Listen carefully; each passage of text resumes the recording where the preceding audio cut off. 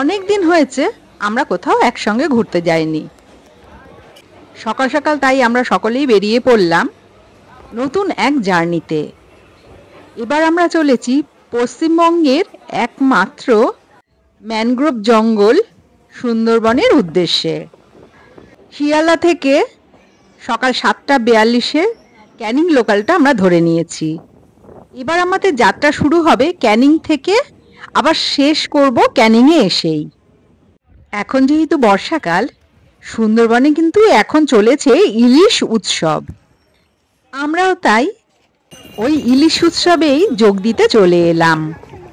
স্টেশনে নেমে আমরা যে ট্রাভেল গ্রুপের সঙ্গে আসছি তাদের খুঁজে একেবারে সোনাখালীর ঘাটে চলে এলাম। এখানেই কিন্তু অপেক্ষা করছিল আমাদের লঞ্চ এমবি বাবা গ্রহরাজ। আমি খুব এক্সাইটেড ছিলাম, কারণ সুন্দরবন আসার ইচ্ছা আমার অনেক দিন থেকেই ছিল। এইবার সেই সুযোগ পাওয়ায় আমি খুবই আনন্দিত। বলতে বলতে আমরা উঠে পড়লাম লঞ্চে। লঞ্চের নিচের তলায় বেশ কয়েকটি খাটের ব্যবস্থা করা রয়েছে বিশ্রামের জন্য। সেখানেই কিছু লাগেজপত্র রেখে আমরা চলে যাব লঞ্চের একেবারে উপরে। এই প্রথম আমরা এই লঞ্চে সারাদিন থেকে নতুন এক অভিজ্ঞতার সম্মুখীন হব। সোনাখালী ঘাটে এসে দেখলাম প্রচুর ট্রাভেল গ্রুপদের লঞ্চ এই ঘাটে বাঁধা রয়েছে। এখানেও ইলিশ উৎসবের বেশ তোড়জোড় দেখতে পেলাম। লঞ্চে উঠেই আমরা জায়গা নিয়ে বসে পড়লাম এবং নদীকে দেখতে দেখতে মন ভরে গেল। এই লঞ্চেই সব রকম খাওয়া দাওয়ার ব্যবস্থা রয়েছে, তাই এখন আমাদের টিফিন খাওয়ার জন্য এনারা দিলেন লুচি, আলুর দম আর একটা করে মিষ্টি। ওনাদের রান্না বান্না কোনো কথা হবে না, অসাধারণ ছিল। লঞ্চ ছাড়বার আগেই আমাদের টিফিন দেওয়া এবং খাওয়া আমাদের কমপ্লিট হয়ে গেল।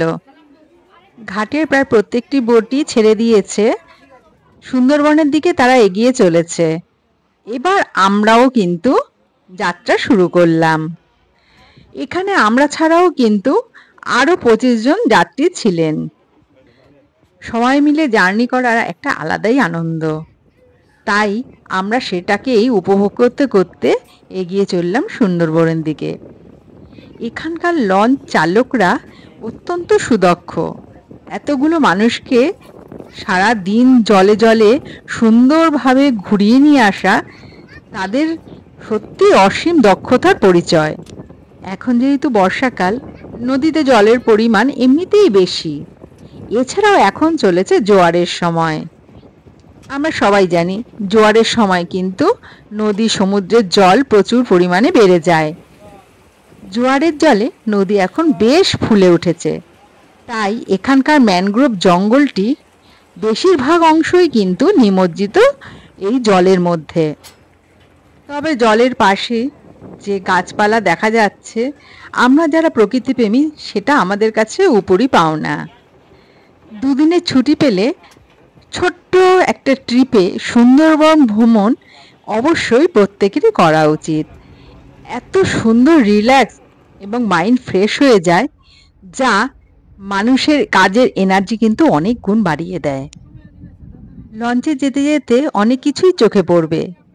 জেলেদের একসঙ্গে বসে ডিঙি করে মাছ ধরা, ছোট গ্রামের পাশ দিয়ে যাচ্ছি তাই সেখানে সাইকেল করে লোকজনের যাতায়াত, এরকমভাবে দেখতে দেখতে আমরা কিন্তু গভীর জঙ্গলের দিকে এগিয়ে যাচ্ছি।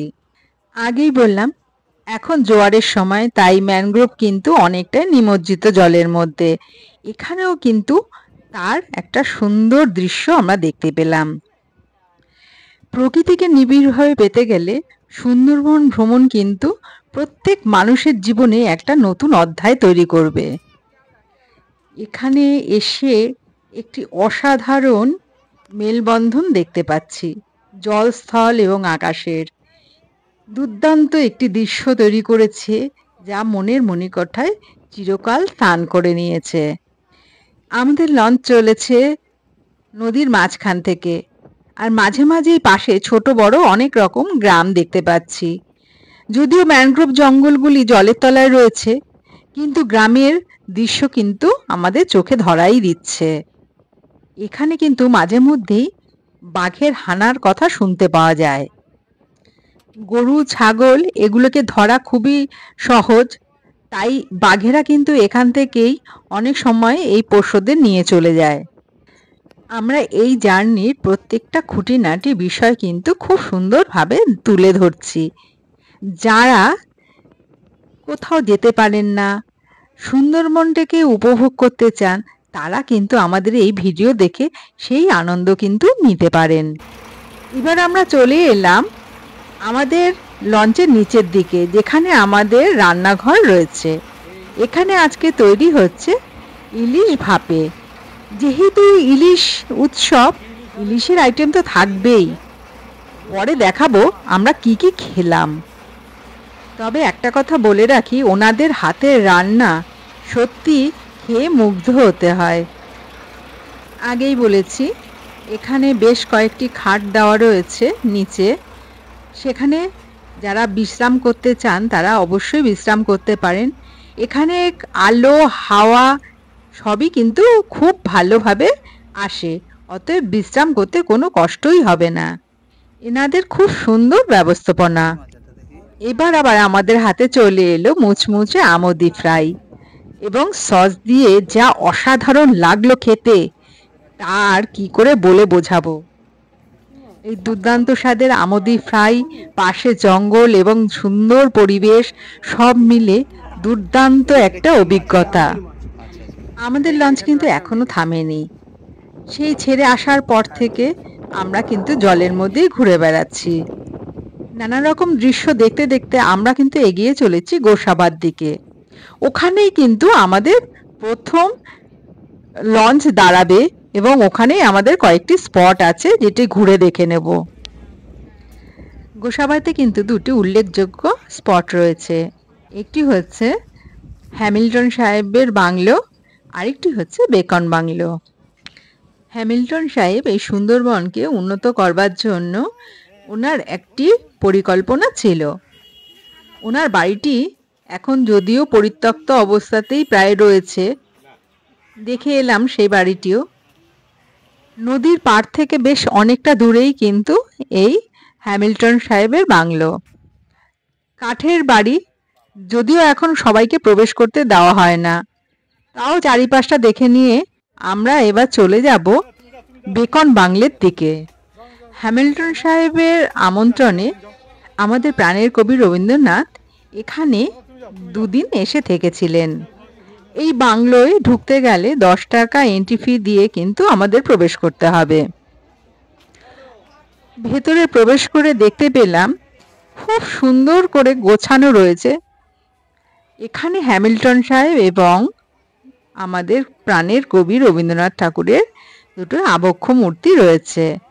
এছাড়াও এখানে বাচ্চাদের জন্য পার্কের ব্যবস্থাও রয়েছে।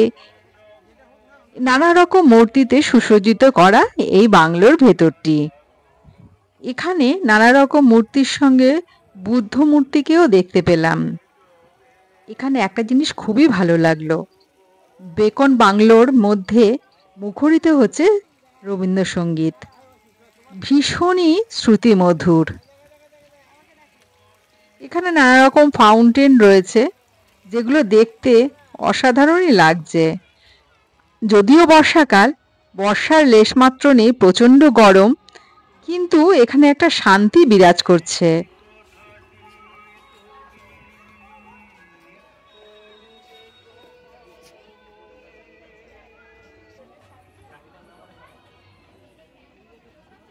এই বাংলোটি কিন্তু কাঠের এবং খুব সুদৃশ্য এবং মনোরম। বাংলোর চারিদিকে প্রচুর গাছ লাগানো রয়েছে। বাংলোর ভিতরটি কিন্তু বেশ ঠান্ডা।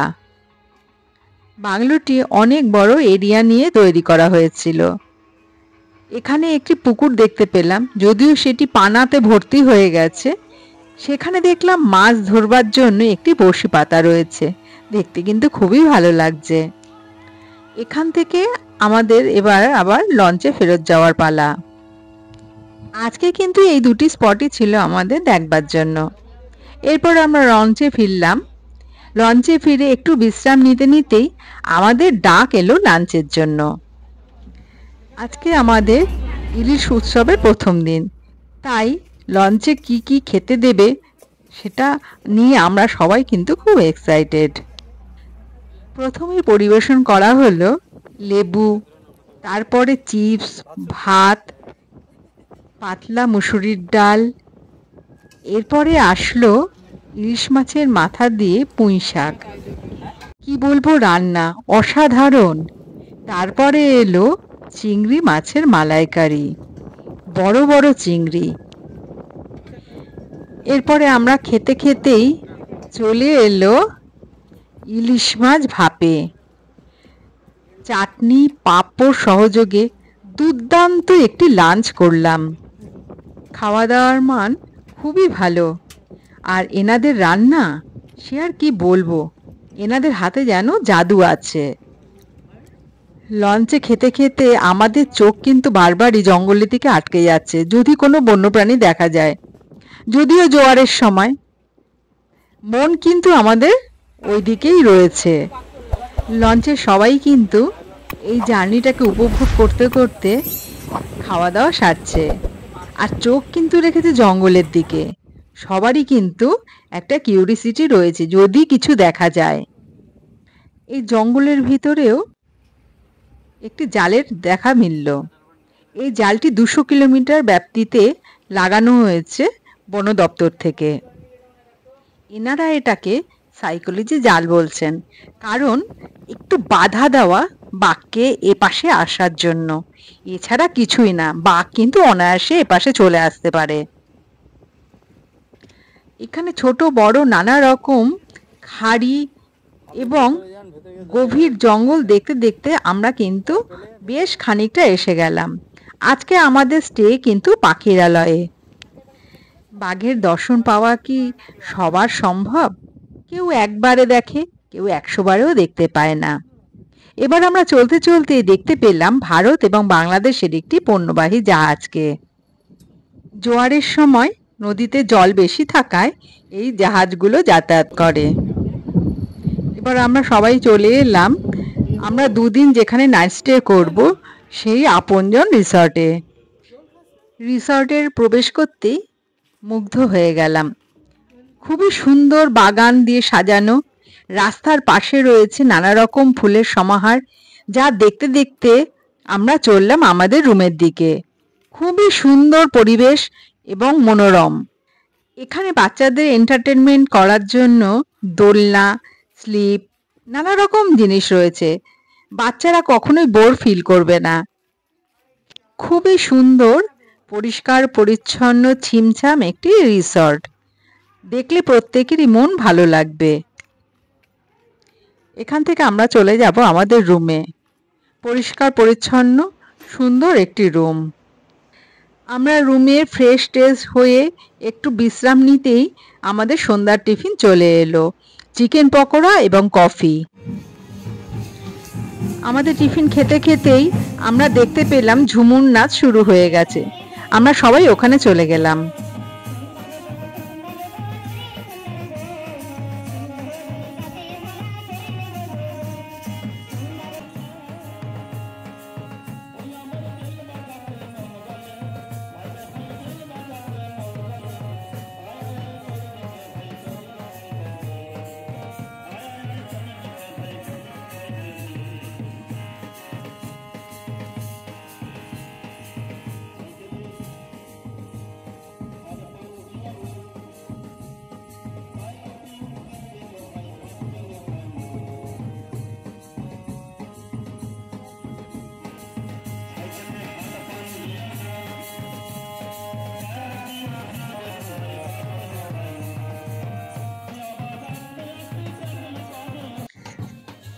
ঝুমুর নাচ দেখতে দেখতেই আমাদেরও খুব আগ্রহ হলো ওনাদের সঙ্গে নৃত্য করবার। তাই আমরাও চলে গেলাম ওনাদের সঙ্গে পা মেলানোর জন্য।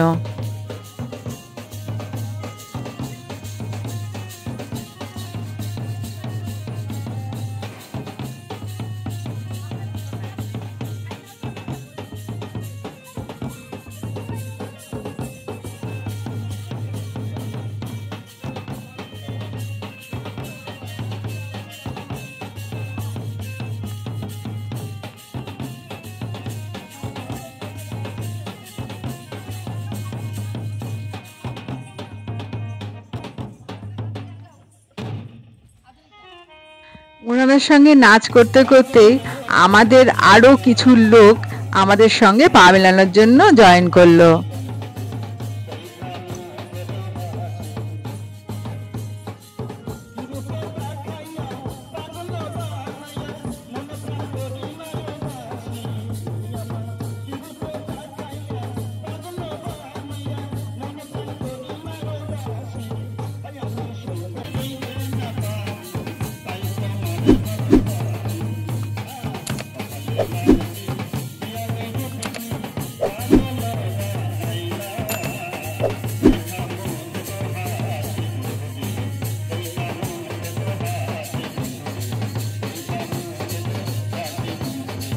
খুব সুন্দরভাবে আমরা সন্ধ্যাটা উপভোগ করলাম এবং এনাদের সঙ্গে পা মিলিয়ে অসাধারণ একটি অনুভূতির সাক্ষী হলাম। এখানকার ঝুমুর দলের নৃত্যে সবাই কিন্তু মুগ্ধ এবং নিজেরাও কিন্তু উৎসাহ নিয়ে নাচতে শুরু করেছে। প্রত্যেকের মধ্যে একটি শিল্পী সত্তা থাকে। আজকে এই ঝুমুর দল সেই শিল্পী সত্তাকে বের করে নিয়ে এসে তাদের সঙ্গে পা মেলানোর জন্য উৎসাহ দিয়েছেন। অনেক ধন্যবাদ এই ঝুমুর দলকে। কম খরচে কিভাবে সুন্দরবন ঘুরতে চান, যদি আপনারা সেটা জানতে চান তাহলে আমাদের দ্বিতীয় পার্টটি অবশ্যই দেখতে হবে। আমরা কিভাবে ঘুরেছি এবং কত খরচে ঘুরেছি তার সব বর্ণনাই থাকবে সেই পার্টে। ঝুমুর নাচ শেষ করে আমরা চলে এলাম পাখিরালয়ের ঘাটে। এখানে চাঁদের সঙ্গে সুন্দরবনকে দেখে আমরা ডিনারে চলে গেলাম। ডিনারে মাটন ভাত খেয়ে আজকের নাইট আমরা শেষ করলাম। টাটা।